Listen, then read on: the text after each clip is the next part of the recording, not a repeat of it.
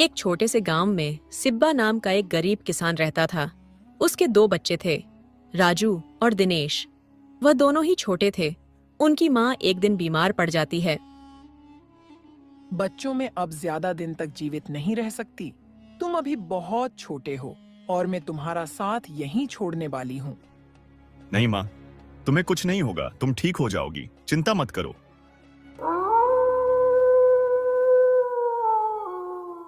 कुछ दिन गुजर जाते हैं और उनकी माँ इस दुनिया को छोड़ के चली जाती हैं और सिब्बा ने शादी कर लेता है। शादी के कुछ दिनों बाद ही सौतेली माँ बच्चों को अपना रंग दिखाना प्रारंभ कर देती है। सारा दिन खेलते ही रहोगे क्या? कुछ काम धंधा ही कर लिया करो। माँ, अभी हम छोटे हैं, भला अभी हम क्या काम कर सकते हैं? फ्री की रोटियां ही तोड़ते रहो। भाग्यवान आज तो बोल दिया, अब कभी नहीं कहूंगी। सिब्बा को कुछ भी पता नहीं था कि ये बच्चों के साथ ऐसा दुर्व्यवहार करती है। बच्चों, क्या तुम खुश हो अपनी नई माँ के साथ? राजू रोते हुए बोला। हाँ पापा, हम बहुत खुश हैं, बहुत अच्छी हैं हमारी सौतेली माँ। अरे बेटा, सब ठीक तो है ना? कुछ कहा क्या तुम्हारी माँ ने? हाँ पापा, आपके घर से जाने के बाद माँ हमको बहुत तंग करती हैं, ना खेलने देती हैं, ना खाने देती है। तुम अभी खेलने जाओ बेटा, मैं तुम्हारी माँ से बात करता हूँ। ठीक है पापा।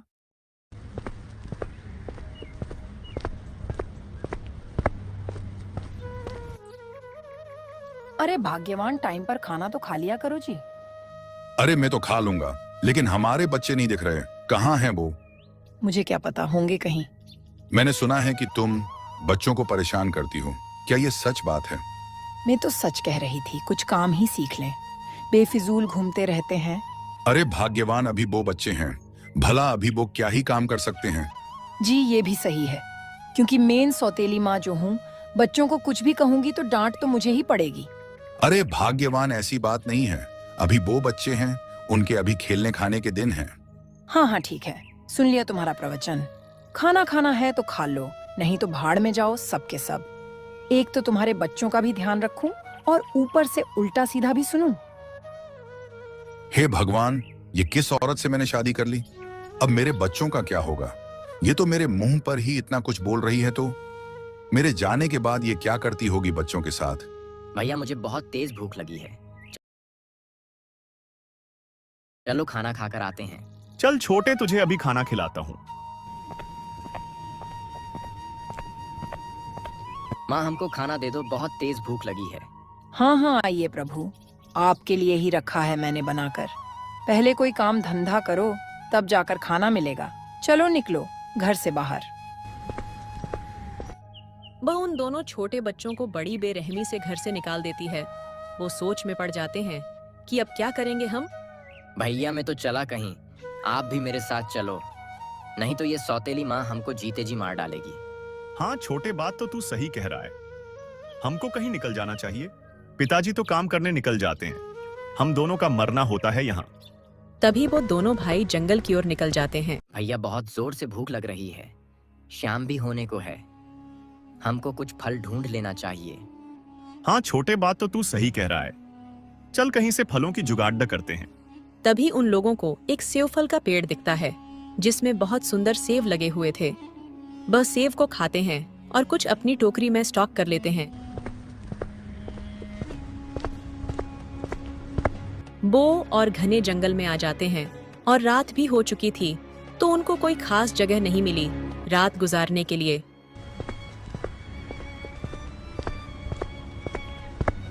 तभी और आगे जाने के बाद उनको एक गुफा मिल जाती है। देखो भैया, वहाँ पर एक गुफा है, चलो आज की रात यहीं गुजार लेते हैं। हाँ छोटे, चलो आज की रात यहीं गुजार लेते हैं। तभी वह उस गुफा में सो जाते हैं। आधी सी रात के समय एक सांप आता है और उसके छोटे भाई को दंश लेता है। भैया भैया, सांप ने मुझे दंश लिया। अरे छोटे, ये कैसे हो गया? तू चिंता मत कर मेरे भाई, तुझे कुछ नहीं होगा। दिनेश बहुत दुखी हो गया था और बोलने लगा। ये विधाता, ये कैसी परिस्थिति खड़ी कर दी तूने। घर जाए तो सौतेली माँ खाती है और बाहर रहे तो मेरे जान से प्यारे भाई को सांप ने दंश लिया। प्रभु, मेरे भाई को कुछ हो गया तो मैं उसके साथ ही अपनी जान दे दूंगा। वह वहीं खड़ा खड़ा रोने लगा। ये प्रभु यही दिन दिखाना था क्या तुझे? पहले हमारी माँ हमको छोड़कर चली गई और अब मेरा भाई भी मुझसे बिछड़ने वाला है। वह जैसे ही अंदर जाता है तो वह देखता है कि उसका भाई इस दुनिया को छोड़ देता है। वह रो रहा था तो बाहर एक संत जा रहे थे, तो वो जब रोने की आवाज सुनते हैं तो अंदर जाते हैं। अरे तूने मेरे बच्चों को कहाँ भगा दिया? वो अभी तक घर नहीं आए। सच कहते हैं सौतेली माँ सौतेली ही होती है। अगर कल तक मेरे बच्चे ना आए तो तू इस घर से निकल जाना। अरे तुम तो मेरे ऊपर ही कलंक लगा रहे हो भाग्यवान।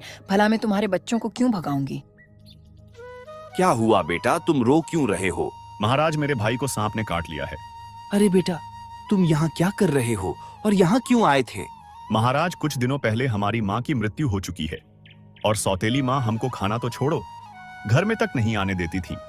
बेटा, अब तुम घर लौट जाओ और तुम्हारे भाई को भी ले जाओ और इसका अंतिम संस्कार करने की तैयारी करो।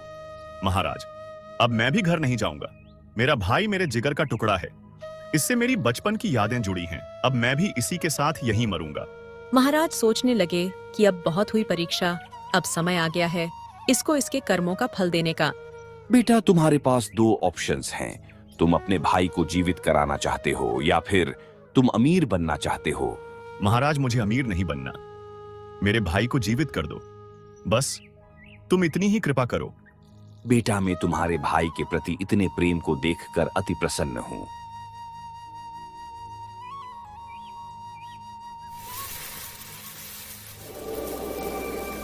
तभी महाराज उसके भाई को जीवित कर देते हैं।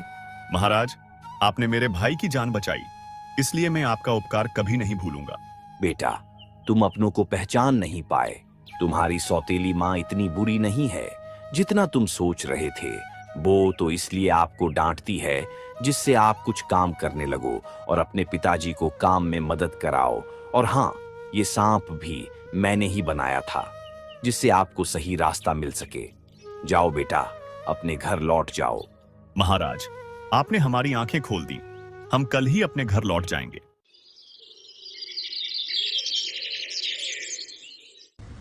तभी वह सुबह होते ही घर की ओर जाने लगते हैं और अपने घर आ जाते हैं। अरे बेटा, तुम कहाँ थे? अरे पापा, बहुत लंबी कहानी है, कभी बता दूंगा। दोस्तों, इस कहानी से सीख लेनी चाहिए कि हमको हमारे लोगों के साथ ही रहना चाहिए। अगर मुसीबत आती है तो उसको साथ रहकर आसानी से सुलझाया जा सकता है।